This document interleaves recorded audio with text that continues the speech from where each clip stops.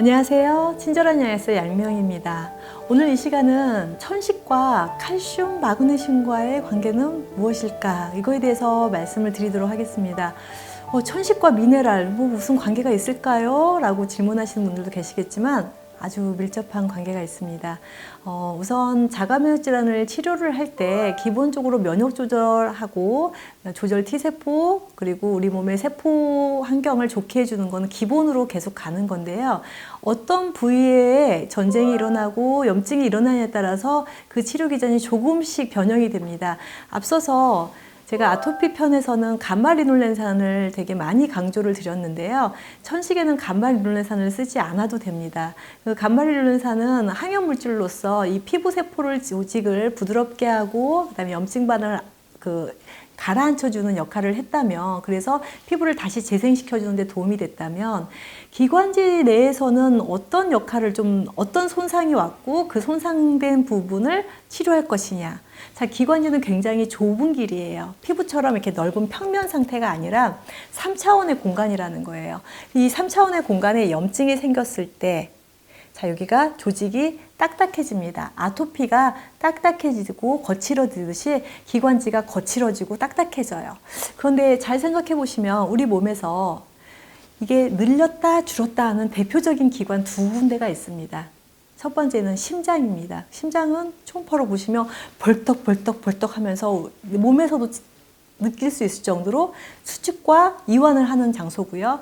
두 번째 기관지. 공기가 들어갈 때 이완되고 공기가 나갈 때 수축되고 하는 공간인데, 거기에 염증 반응으로 인해서 기관지가 딱딱해지면 뭐가 안 될까요? 이완이 잘 안 되겠죠. 수축과 이완이 부드럽게 되지 않는다는 거예요. 그래서 기관지 확장제를 드시는 분들이 많이 늘어나고, 흡입기에도 스테로이드와 함께 기관지 확장 성분이 들어있는 흡입기도 많이 나와 있습니다. 그래서 제가 칼슘과 마그네슘을 여기서 소개시켜 드리도록 하겠는데요. 보통 칼슘과 마그네슘 하면 먼저 떠오르는 게 뼈에 좋은 거 아니야? 라고 생각하실 수 있을 것 같아요. 맞아요. 칼슘은 대부분 99%가 다 뼈에 살고 있어요. 그러니까 칼슘의 집은 뼈라고 생각하시면 되세요. 그러면 단 1%는 어디에 사냐면, 우리가 세포와 세포가 다 연결되어 있는 이 세포 연결의 세포 바깥에 산다고 생각하시면 됩니다. 그러면 마그네슘은 또 마그네슘의 대부분도 사실은 뼈에 살고 있어요. 그런데 칼슘과 달리 그렇게 많은 양의 마그네슘이 다 뼈에 사는 게 아니고, 세포 속에서도 칼슘에 비해서는 많은 양의 마그네슘이 살고 있어요. 그래서 세포 속에 마그네슘이 있고요. 세포 바깥에 칼슘이 있어요. 그래서 칼슘은 수축하려고 하고 마그네슘은 이완하려고 하는데, 이 기관지 천식이라는 그 질병으로 인해서 자꾸 기관지가 딱딱해지면서 수축과 이완이 안 되는 상태가 결과물이 나온 거예요. 우리가 전쟁이 나고 나면 동네가 다 폐허가 되겠죠. 폐허된 걸 복구해야 되고, 아토피가 생겨도 피부가 손상이 되니까 손상된 걸 복구하는 작업까지 하는 것처럼, 천식도 마찬가지로 거기에 생긴 염증 때문에 생긴 기관지 벽이 딱딱해지고 좁아진 거를 어떻게 하면 다시 유연하게 수축과 이완을 할 수 있느냐의 가장 대표적인 미네랄이 칼슘과 마그네슘이라는 겁니다. 그렇다면 현대인들이 자가면역 질환이 생기는 이유들도 앞에서 많이 말씀드렸지만, 그 중에 또 한 가지 미네랄 고갈이 있습니다. 그 중에 대표적인 미네랄이 마그네슘이라는 미네랄이에요.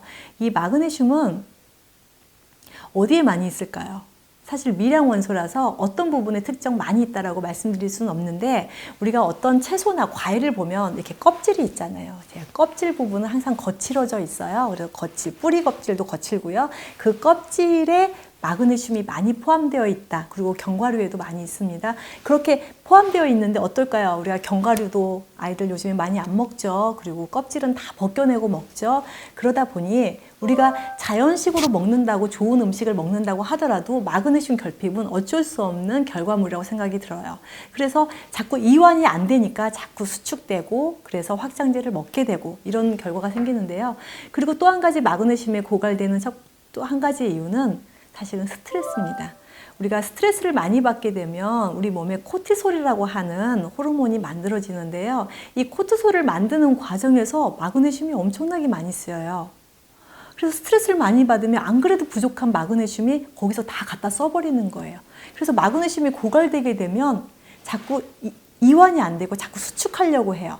그 대표적인 질환이 뭐냐면 눈떨림을 경험해 보신 적이 있으신지 모르겠는데 천식 환자분들 중에서 눈떨림이 있을 가능성이 있는 분들도 되게 많아요. 그래서 눈이 떨린다는 건 이완이 잘 안 돼서 자꾸 수축하려고 하니까 부들부들 떨고 있다는 건데 과연 눈만 떨리는 걸까요? 그렇지 않겠죠. 심장도 떨고 있다고 생각하시면은 눈에 보이지는 않지만 이걸 그대로 놔두면 부정맥이 오거나 심장 질환이 올 가능성도 굉장히 많다는 겁니다. 그래서 기관지 천식을 치료할 때 그거를 회복시켜주는 영양소로 칼슘과 마그네슘, 그래서 수축과 이완을 도와주는 거. 그런데 칼슘이 주가 될까요? 여기서 마그네슘이 주가 될까요? 네, 마그네슘이 주가 될 거예요. 그런데 시중에 나와 있는 칼슘과 마그네슘 제제에는 거의 대부분이 칼슘 성분이 훨씬 많이 들어있어요. 그리고 병원에서 처방하는 칼슘제에는 아예 마그네슘이 없습니다. 그리고 칼슘과 비타민 D로만 구성이 돼 있는 약을 처방하다 보니까 나는 천식이 있어서 그런데 골다공증도 있어요. 그래서 나는 마그네슘이 필요한데 칼슘 섭취만 계속 많이 되면 그 균형은 점점 더 깨져서 천식 환자는 더 그게 악화될 수 있는 가능성이 있겠죠. 그래서 뭐 약국가에는 지금 칼슘하고 비타민 D만 들어있는 제제가 판매되지 않은 지가 굉장히 오래됐거든요.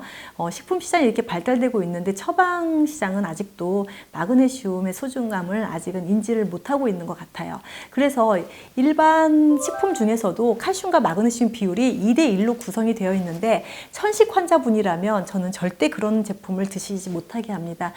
기관지 내에서 수축과 이완을 담당하는 칼슘과 마그네슘 어떤 제품을 선택해야 되고 왜 필요한지에 대해서 오늘 말씀드렸습니다. 네, 여기까지 경청해 주셔서 감사드립니다. 고맙습니다.